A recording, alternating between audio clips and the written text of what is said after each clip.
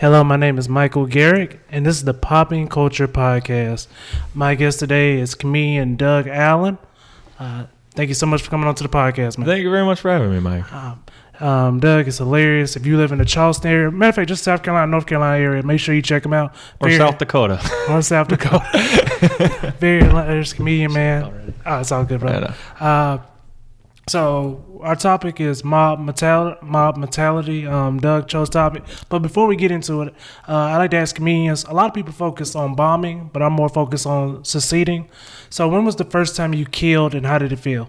The very first time I ever went on stage. I don't know. No, I still don't feel like I've really like killed. You know, I haven't got that. I want people leaving and like everybody coming up afterwards, but dude, oh my god, that was amazing. I want people like falling off of their chairs. I want like the like crazy, humongous like laughs. One of the best like shows that I've ever done was at the Acme Comedy Club in Minnesota. Okay. And that's the name? Yeah. Like that's okay. ACME. Yeah. That's what it's like. Roadrunner. But it's a humongous club. It's a big deal in Minnesota. When I lived in my van for a year and I traveled around. And I was doing stand-up in the van, like at different cities. And every time I told somebody I was from Minneapolis, they're like, oh my God, you got to do Acme. That's amazing. But I didn't when I was living in there. I went back recently and I got to do it. But 250 people in a room, all there. Actually, it's a comedy club. It's a legitimate comedy club, all there for comedy. If it's your first time ever there, you put a star by your name and like they try to get you on the stage. It's my first time ever there. And you got 5 minutes. It was either 3 or 5 minutes. I don't even remember. But I went there with one of my buddies and like it was like the first time you hear like professional comedians talk about like you can like feel like waves of laughter come on to you. It's the first time that I really like felt like legitimate like waves where I was like, oh my God, this is amazing, you know. That's probably like 8 months into comedy. I got back to my buddy and I was like, dude, I told him if I was doing good that I needed him to record it. And I got back there and I was like, dude, did you record that? Oh my God. He's like, no, they said in the beginning, you're not supposed to take your phone out. I'm like, no. Okay. Yeah. It was a fun time. It was crazy. Right. First time that I ever did stand up. Is this an interview now? No. I'm just kidding. First time that I ever did stand up, it was at like some comedy club in Minnesota too. It was called The Joke Joint. Okay. And they did a comic workshop thing where everybody went up there, told jokes, and they like had like recommendations afterwards. And I got there late and they were like finishing it up and I like went up and I was like, well, could I please still do it? And they're like, oh, okay, one joke. And I went up there. Yeah. They're like, one joke. That's it. Get it to get done. That's it. Yeah. But that's how comics are. That's one of the big problems that I had when I started doing comedy. I was like, comedians are mean. They don't want to be nice to me. But it's just like, yeah, no, there's 1,000 people that come here. I'm not going to like give everybody a hug, you know? But yeah, I did one joke and like they laughed at it. And there was some lady, I forgot what her name was, but she was touring. She's like, oh, he's got the bug now. He's like, he just got bit. He's addicted. He's going to be doing it. And then I was like, can I please do one more joke? And they're like, yeah, okay, fine. And I told one more joke. And that's the first time that I ever bombed. And then they're like, okay, now you're really in it. They're like, now, yeah, now you know what it is. Nice. Has anything compared to it, that feeling?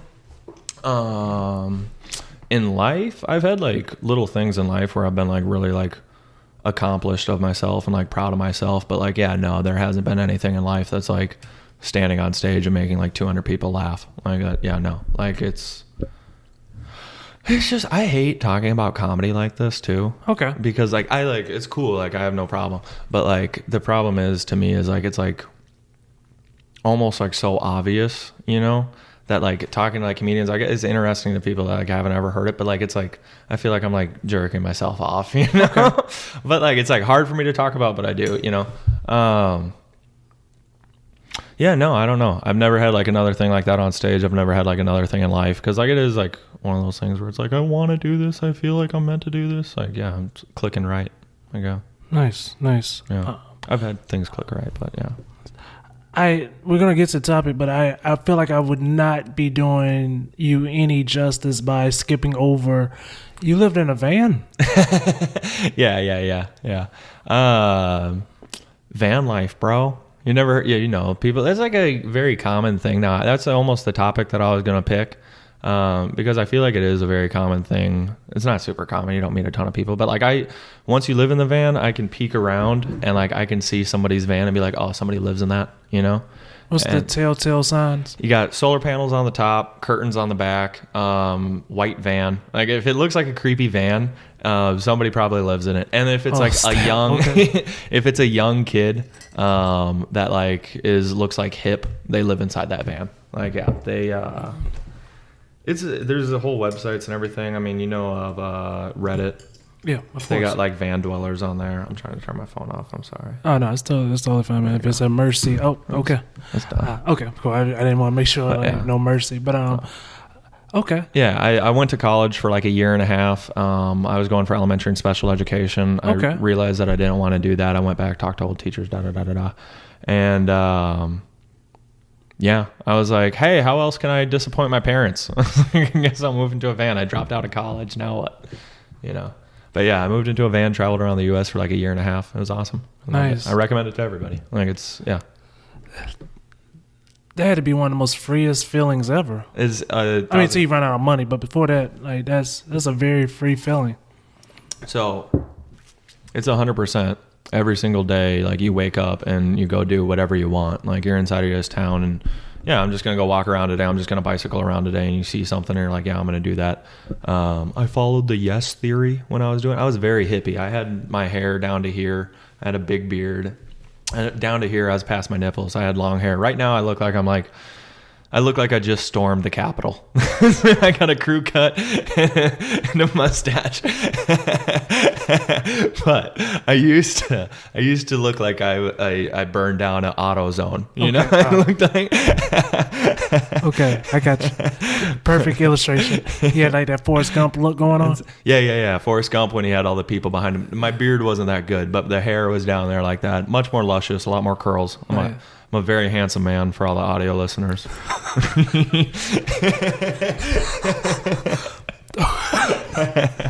All right. All of South Dakota's like dislike. Oh, yeah. But yeah, no, man, it was awesome. Every single day, like whatever the hell that you wanted to do, you got to do that. When it came to eating. Yeah.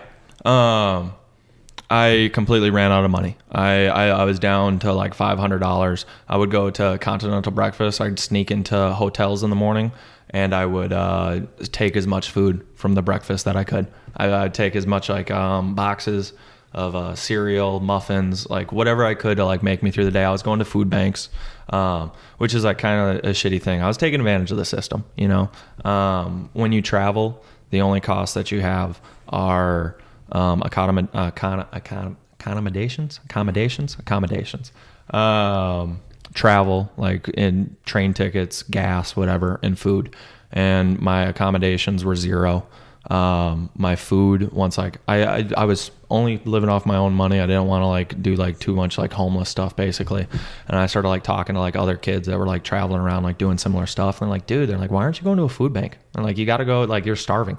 I lost like 30 pounds in like 2 months. Like I was like 175 and like, yeah, in like 2 months, I'm 185. And I was like, yeah, I was skin and bone. I was really thin, dude. How tall are you? I'm like 6'1", 6'2". Yeah. I'm 6'2", yeah. 6'2". Yeah, that's small for you. I was tiny, man. I've been like 155 is like the lightest that I've been like as an adult, and it's skin and bones. Yeah, that's totally not healthy for that height. It's crazy. It was crazy, but that's what I mean. Like I was living and I was traveling around. I was sleeping in the middle of the woods. I'd take my hammock out. I'd bring it in the middle of the woods. I had a mosquito net. I'd fall asleep underneath the stars. I'd wake up in the morning. I'd shower inside of a river.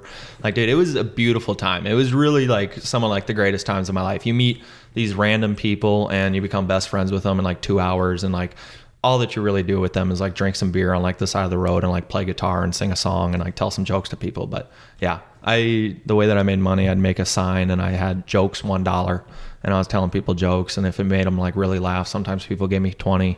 Yeah. I was scrounging for food. I would walk up to people with like to-go boxes and I'd be like, hey, you know, honestly, I'm traveling around. Can I have some of your food? And they'd be like, yeah, you know what? Here you go. And that's, yeah, I was hungry.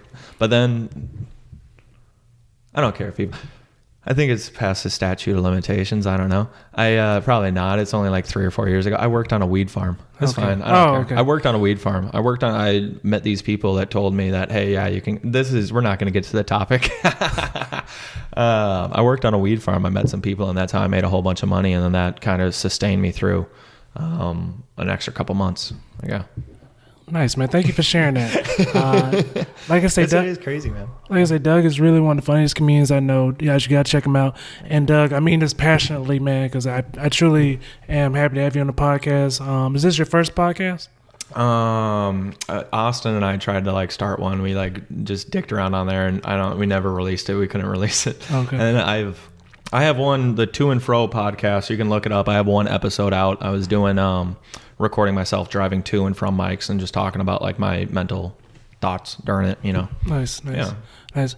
But I truly feel like you're gonna make it big one day, and I just can't wait to read your book, man. You're a sweet boy. Thank you so much, man. You're awesome. No, thank you so much, man. Yeah, I'm really bad at taking compliments. But thank you so much. No problem. No problem. Yeah. I feel like my black kicked in for a second. I was just like, hey, don't call me boy. Like I'm still getting used to podcasts. So like my mind was just like, don't say that. But then I was like, no, let me make it clear. No offense. Sorry, no problem. I just dropped a hard R. I'm like, you're the sweetest. No, I'm sorry. Cut that out. No, I'm just kidding. I don't care. It's fine. Whatever. I mean, we're friends. Right? He was like, I saw him whooping ass. Did you see the latest? Yeah. Did you see the latest PoppinCulture? Yeah. Fucking Michael popped Doug in the mouth. Yeah. Like, all we heard was the N-word there. But I'm not racist. No. Yeah, we know. 100%. So stupid. But to get okay. How we can, groupthink, yeah. You talk. I'm sorry. That's it. No problem. But yeah, thank you again for sharing. But yeah, mob mentality. It was a topic that I had never thought we would discuss in this podcast, but like I said, you always think outside the box, and I'm so appreciative of the topic. Any reason why you chose it? So like PoppinCulture, you said like just a topic that's like affected culture. Yep. And like I've tried to think of things that like I can like really talk about. And like the only things that I'm really interested in is like comedy, podcasting, rock climbing, boxing here and there, and like video games. I gotta quit saying boxing. I sound like such a tool. You can't. Hey guys, I fight sometimes. You know, I got beat up. No, boxing is cool. I talk about boxing a lot on this podcast. Oh, really? Well, more MMA, but boxing comes in. MMA. That's how I got into it. Jiu-jitsu, all that stuff. But what belt are you? White. Barely ever. I did it for like 6 months or something. But like the gym that I was at was hardcore. The guy was nice. You got any really stripes? Sweet. I got two, 3 stripes. Nice. I can't remember. That's good. Yeah, that's good. I can roll around. I'm not a bad fighter, dude. Like that's it. I got my ass kicked by like 6 guys on New Year's. We're never gonna get to the topic. No, this is a part of my mentality, I guess. Those 6 guys had a really bad group think that I was an asshole and they had to beat my ass, and they did. They cut my eye. They had me good, but it's always next time, bud. I defended myself, but no. I'm such a douche. This is fine. No.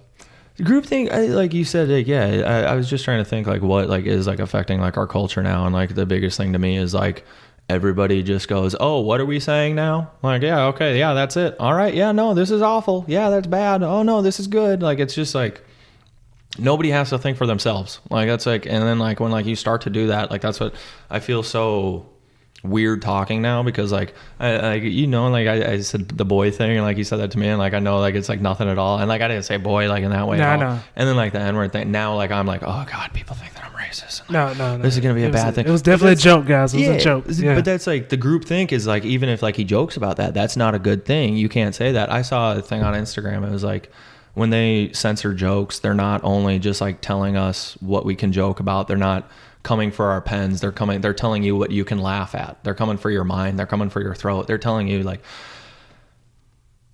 I don't know, dude. I just like I hate being like pessimistic, but like the way that like I see like the culture in like America going is like a 1984 like George Orwellian type thing, where like, have you read 1984? Yeah, of course. Yeah, that's the war against Eurasia and Europa, and like it's just basically that with like the left and the right now, where it's just like, okay, no, this is crazy, everybody freak out, and like I'm trying to like write jokes about it and like talk about it on stage. It's so hard to like be funny about because it's all so dumb, you know.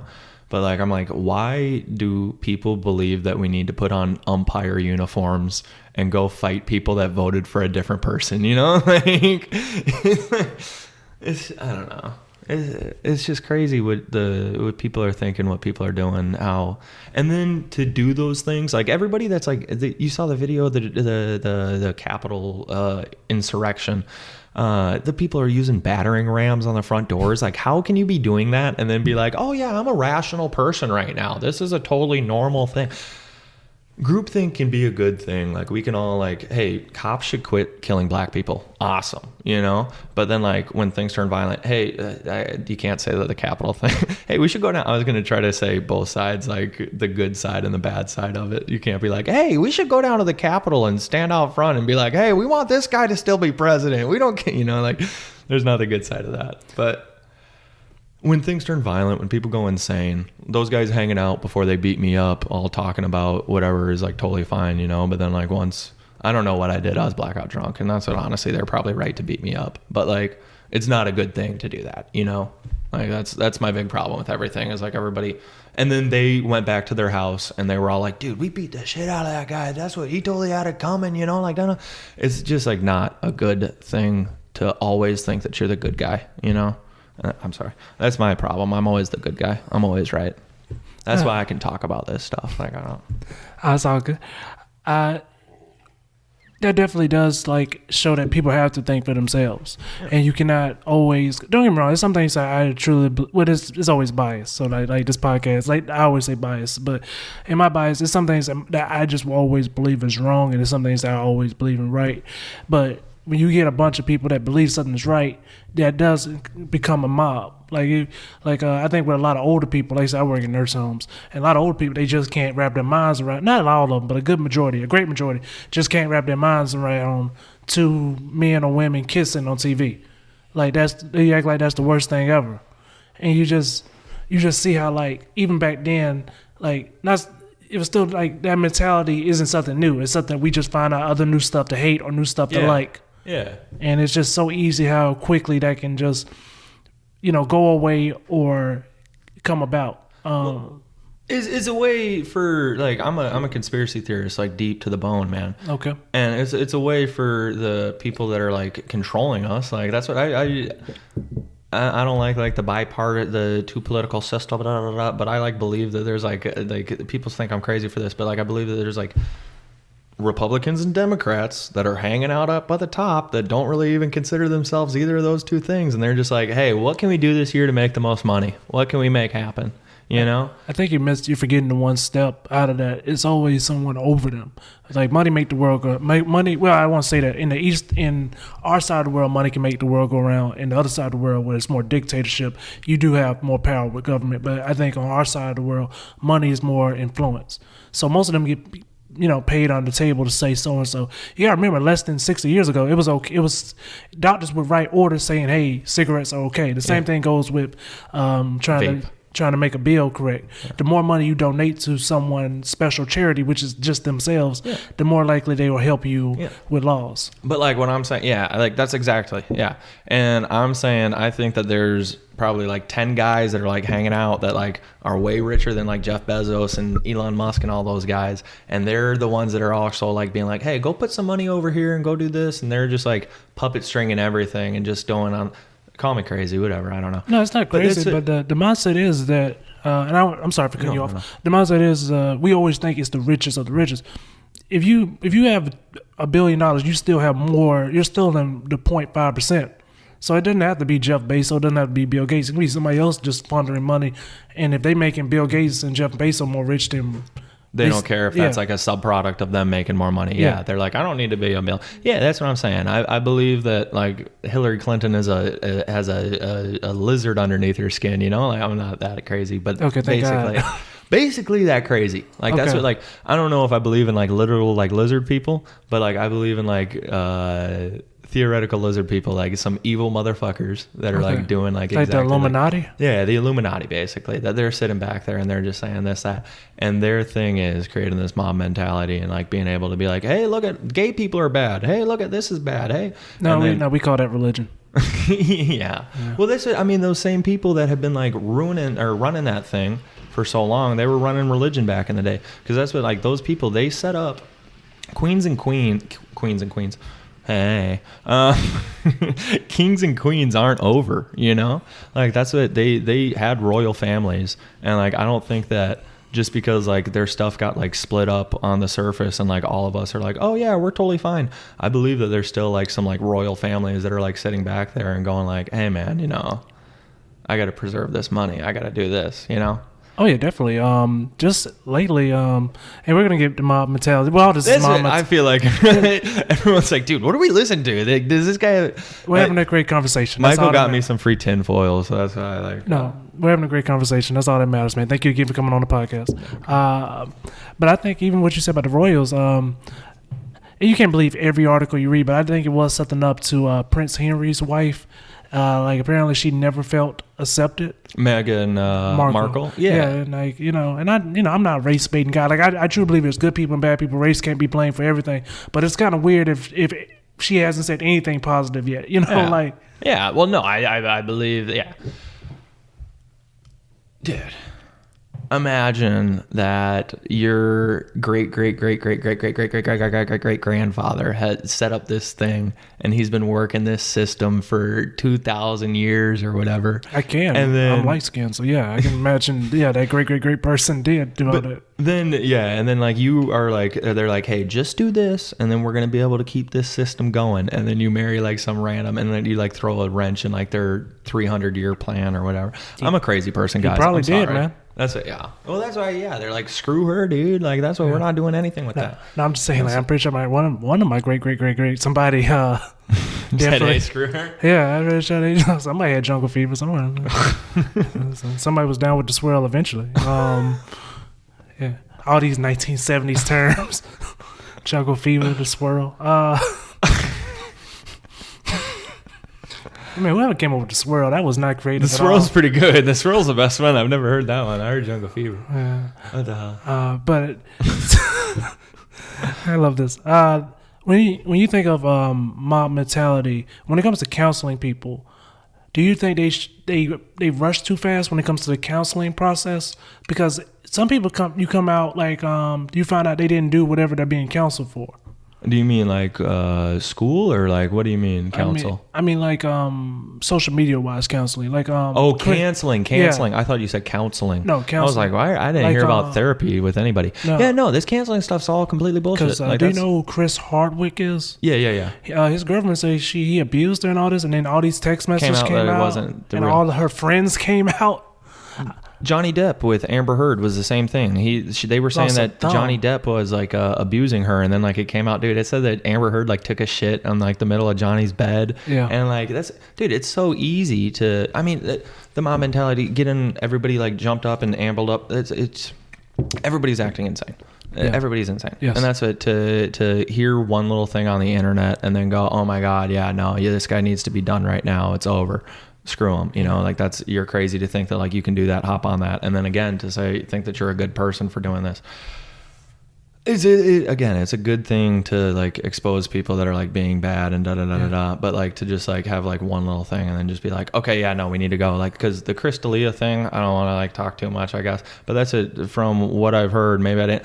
That's my problem with like talking about stuff too. I saw the Capitol Hill thing and I thought that it was like absolutely insane. And I saw like a couple pictures from it and I went up on stage like the next night and I was like, to me, it just looked like those guys were having a good time. You see the guy with the podium, he's smiling. They were just, the guy with the buffalo shirt, they were just having fun. They were dressing up. It was cool. And then I saw the video of the girl getting shot and them dragging the cop into the middle of the like protesters or the terrorist and killing the guy. And I was like, okay, maybe they're not just having fun, you know? Yeah, that joke got like thrown out real fast. Yeah, that's it. I reworked it.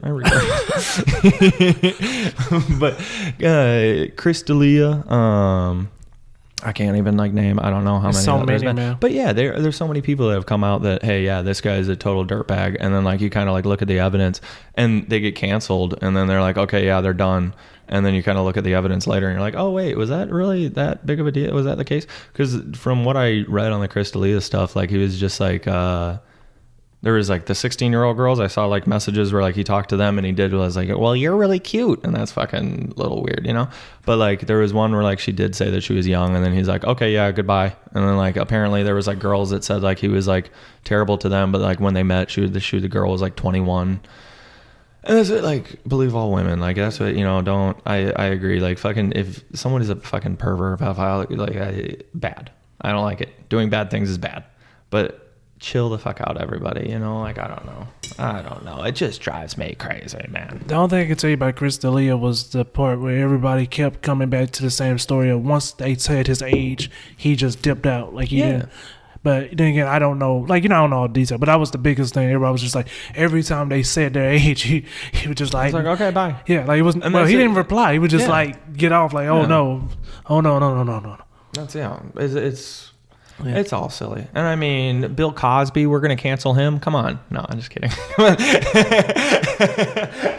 okay, little Boosie. I don't know what he said about. I love Lil Boosie just because of his transgender homophobia. He was talking to Dwayne Wade's kid. And he's like, "Don't cut the boy's dick off, man. Let the boy wear a dress. Don't cut the boy's dick off, man." And that's like, again, he just want to be gay. He might just be. That's gay. exactly. And I was just like, wow. That's maybe like a topic that like I shouldn't get into, but like transgender stuff, like that's what they transgender people have like some of like the highest rates of suicide in out of like per capita, and that could be because like they're being oppressed, and it could be this and it could be that, but like it also could be that, you know, it's kind of like a hot thing to be transgender right now, and you get on pills and you have this and that, and then you realize like, oh my gosh, I've done some like irreversible damage to my body. I think depression is like a really big deal in the US. I think that like we're really taught that like, hey, you need to be strong. And I do think people need to be strong. You do need to, my therapist has told me like 1,000 times, like quit saying pick yourself up by your bootstraps. But like, I really think like get yourself up. Like that's what you gotta like fucking, I was homeless, like barely finding any food at all, you know? And that's what like I was able to find food because like I was like, I need to do this. And like, honestly, I probably wouldn't have been able to do it for too much longer, and I was taking government assistance and all these things. But like you gotta have a certain amount of like getting yourself good. I think that depression is a big thing, and like we need to help those people. We need to help people that have depression. We need to help people that have all these problems. But I think that people have depression and then they see, hey, you know, this is a really good thing. Maybe we should cut this part out. I'm not able to make it. But like people say like, hey, I'm depressed. I don't know. I don't feel like myself, you know, and that's like part of like being depressed is like not feeling comfortable in your own skin and having all these problems. And then you see, hey, all these people are transgender. There's a community. You get online, you start talking to these people and you go, oh my gosh, yeah, this is it. You take pills, you get all that stuff and you go, okay, yeah, no, I'm still sad. You know, the problem wasn't that I had a penis. The problem was that I was depressed, you know, and that's what then fucking that happens, you know? It's one of those things where I won't know till and if I people talk to want, someone. I don't care. Yeah, that's exactly. I have people that are. I don't have like transgender friends that are close, but like I've like met transgender people. I've had like conversations with them about being transgender when I was living in my van. I have a joke where like I spent like a week with a girl that was The joke's only about a night, you know. Come on, but I like spent a week with a girl that was like gender fluid, and I was like talking to her, and like I really that's a good joke. I didn't believe in like that stuff. Like I really like was absolutely not. And like the joke is that I won't give away the whole joke, but like the truth is that I was kissing her and like she felt like I was like kissing a guy, and I stopped and I like looked at her and I was like, hey, I was like, what do you feel like right now? And she like looked back at me and she's like, do you believe me now? And it like fucking blew my mind bombs off, because like she did like look like a male. She like everything changed. It was so crazy. It was unbelievable. So like I 100% believe that there's people that are like born in the wrong skin. I believe that there's all these things. Like the human mind is impossible to figure these things out. But like the problem with the human mind is that we all want to have groups. We all want to belong to something. We all want to have security and have something. I think that all should be living in tribes. I think that we should all have like 20 people groups that like we're living in and we all take care of each other, you know? The problem is that we have all those things, and it makes it really easy to bandwagon and jump onto something that like you might not be 100% sure that you want to jump onto that. You know, I mean, I've done it plenty of times in my life. I've been called an asshole many times, and it's because I have some weird thing in my life where like I go, okay, no, I have to take a stand on this, you know? And I don't know, man. I just people are fucking insane, you know? So like, I wish that everybody would just like chill out and be like, hey man, like I'm friendly with you. You're friendly with me. Let's try to be friendly to everybody, you know? Like, Yeah. When it comes to, like you just said, when it comes to that mob mentality, do you feel like when you don't follow it, you lose? Have you lost opportunities because of it? I think like the only opportunities that I've lost is like opportunities that I wouldn't want. Nice. You know? Nice. Like, yeah, I've definitely lost opportunities from it. But I listen to a ton of podcasts. I quote it way too much. But like Tim Dillon said the other day, I listened to him. He's like, you end up where you're supposed to be, or you end up where you're supposed to go, or something like that. You move where you're supposed to go. The exact way that he said it sounds so poetic, dude. It was amazing. I was wondering about people that end up in prison. Be like, do they even follow that? Like, dude, I mean, I don't think that if you end up in prison, there's people that go to prison for a little bit and then they go out and they live super successful lives and they have crazy, like amazing stories. And there's people that go to prison and they live their entire life in there. And there's people that go to prison for unjust reasons. The justice system is fucked up. Like there's obviously people that are in prison that shouldn't be in prison. Very true. Yeah. But, yeah, you know, I don't know if you started getting in fights when you're 8 years old and jumping into cars. I mean, I fucking car hopped and shit. Is that against it? I'm not gonna say that one, but I should be in jail right now. I looked up the laws. It relates to the thing that I said earlier. But like, I should be in jail till I was 75 years old. Wow. You know, and that's what like maybe I was supposed to go to jail that night. And when I got out at 75 years old, I would have been able to survive in prison because I made all these guys laugh. That's how Joey Diaz did it. And he's the greatest. He's not the greatest comedian, but he's a very great comedian. Yeah. You know? But that's what maybe I would be the greatest comedian ever if I went to prison when that time. Or, you know, that's what I think. Well, I'm glad you didn't because you're hilarious now. Thank you. I am too. Thank you. I am very hilarious. But I'm happy I didn't go to prison either. I'm happy to be here. Nice. But that's yeah, man. I don't know. I just think like. The other thing with mob mentality is everybody thinks that like they're superheroes now. Everybody thinks that like if you do these like, and you're right, that's what I said earlier. You think that like you do these things and you know what? Like if you look at it under a microscope, it's not good to do. Storming the Capitol is not good to do. But if you think about what situation would it be okay to storm the Capitol, if you think that your president is getting the election stolen from him and they're trying to force him out with like some weird army coup or whatever, you know, whatever they have delusion in them, it might be the right time to do it, you know. But everybody's crazy. That's it. It's just like everybody needs to chill out and be like, hey, what's the best way that we can do this instead of acting like an insane person with 600 other people, you know. Yeah, true. When it comes to the mob mentality, you spoke on bandwagon, and I would like to talk about sports. How often do you see it with sports? I don't watch sports. I don't ever see sports. Okay. Okay, cool. Yeah. I know you talked about boxing. I know a lot of people do that, like especially when they get attached to a fighter they truly enjoy. I think it happens surprisingly more when they hate a fighter. Like I know people that really hate Floyd, and it's they have that mentality of like they can't wait to see him lose. It makes him rich, like he's wealthy because of it. But it's amazing. Even with Conor McGregor and other fighters, it's just amazing that like so many people can get together just to want to see someone lose. That they'll pay like $60 to $100 just to see a loss that may or may not happen. Oh, it's really easy to hate somebody. And that's, again, groupthink, bro. Like, that's it. You get to hate them, and then you get to hang out with 3 of your friends, and then you get to go, dude, that motherfucker, he don't, you know? Yeah. It's just like how it goes. Like, that's just like, it's people, depression, bro. And that's the other thing, you know? Like, that's what you might be sad in your life, you know? Like, that's what you might have, like, some things in your life that you need to check out. Some things that, but, you know, it's a lot easier than to go, you know, my kids don't like me. My wife's mad at me. You know, I'm not happy with myself. I'm out of shape, you know? And that's what I got problems in my life. But it's easier to go, oh, but, you know, fuck Floyd, man, and have that on your mind all the time instead of like, hey, you know what? I need to go to the gym next week, and you know, I should start eating more vegetables, and you know, I want to meditate. You know, it's easier. Everybody's sad, dude. Everybody's got problems. Yeah, I agree. It's just the easiest. Everybody's trying to cope. I agree.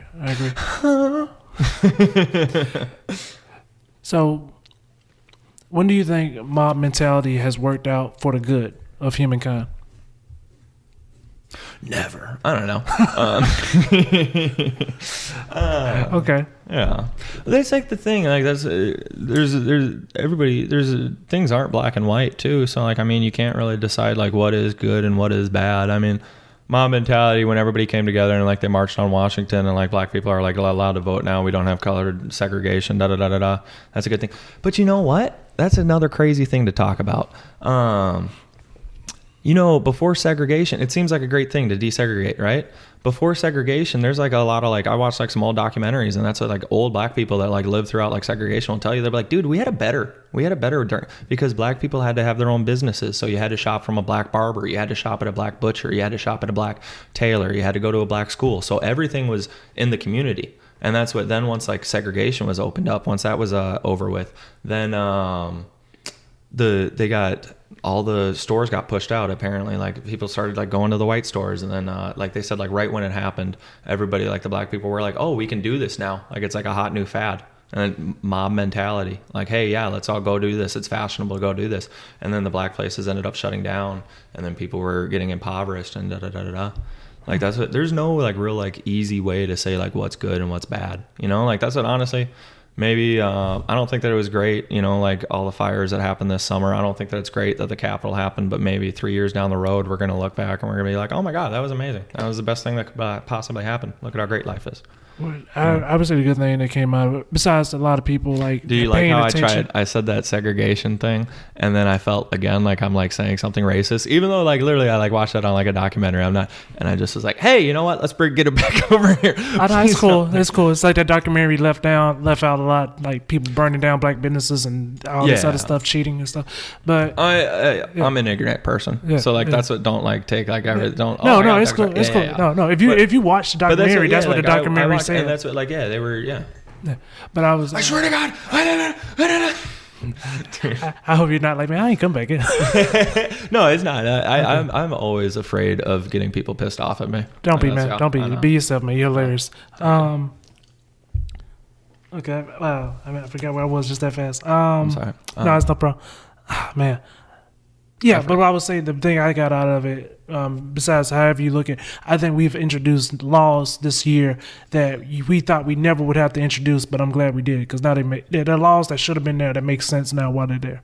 What are some? I guess like laws when it comes to the Breonna Taylor thing. People get no warrants aren't a thing anymore. Yeah. That is good. Like it's a lot of laws that we were just like, oh man, what the hell is going on? Yeah, why did we allow it? Why? Well, dude, that's again mob mentality. Like that's how you turn people against each other. Dude, I'm gonna say we should have a counter how many times I said that throughout the time. No, it's totally. But it's like the only reason that like that shit happens is like fucking cops are fucking, they think that they're in a gang together. They say that the biggest gang is the police, and that's what fucking black people are bad. Like that's what, like it's. I don't know, man. Everything. Gay people are bad. Black people are bad. We all have enemies. We all got to make sure that we're all mad at something sometime, and that's, I don't know. It is true. It does seem like we do get together for hate, but like I think it's a few times where we get together for like, you know, happiness, but it just seems like it's always with people we already click with, if that makes sense. It has to be something very spectacular for, I guess, a lot of people to click together if it's not, you know, something bad. It's interesting like how fast energy can turn to like a negative, like angry thing. Oh yeah, of course. Know? Like, well, it's kind of like if you had the term, and I've talked to a lot of like not all the way top comedians, but they're on the rise, and they be like, you'd be surprised, like you have all these comedian friends, and then like you get one tour with like, let's say Gary Owen, and now people don't talk, you know, people don't want to talk to you now. That hasn't happened to me, thank God, but like that'd be a weird thing to be like, we're all close, we're all trying to get it, and then something happens jealousy. And now, and then it's not even just the jealousy. It's people start talking to each other and they go, dude, do you know Mike? He thinks that he's so hot shit because, and it's telephone. I mean, that's what it gets to at that point where then somebody goes around and they go, yeah, dude, fucking Doug told me that Mike told him that he thinks that he's better than everybody in Colombia because of da da da. And then somebody else said, hey, dude, Mike, da da da. You know, like it's everybody's full of shit, dude. Like that's a big problem. That's gonna be named episode. It's really like, it's just, I don't know. Everybody thinks that like they are amazing. Everybody thinks that they're just. I do too. So that's like my problem. You know, there's no getting around it. That's what I hate. Like, is like frustrating talking about this stuff to me too. Is like I don't have the answers, and like I really wish that I did. And I like talk to people about it, and nobody does because like every single time it either ends up as just like being like, If you can't beat them, join them. It's kind of. I grab my pitchfork the next time that we get this going. Like I don't. Yeah, and I don't know. Sometimes silence means yes, so I just try to get away from those conversations. But man, thank you so much for coming on to the podcast, talk about mob mentality. Is there anything you'd like to say to your fans? It's nice to meet you guys. Where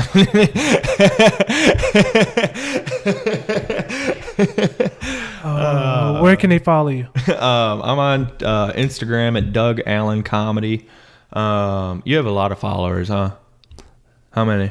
You don't want to put numbers out there? What, on PoppinCulture? My phone number is 651-278-5334. You can give me a phone call or a text if you want. Dude, don't edit that out. Okay. My Instagram at Doug Allen Comedy. If you want to book me, either message me on Instagram or call my phone.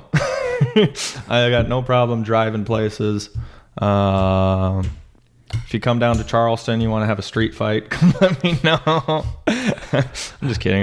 My record's 1-1. Okay. Basically. Good luck, buddy, if that happens because of this. Make sure I have family. All right, man. Thank you again for coming on the podcast. Thank you for having me, sir. And you guys have an amazing day. Have a great day, y'all.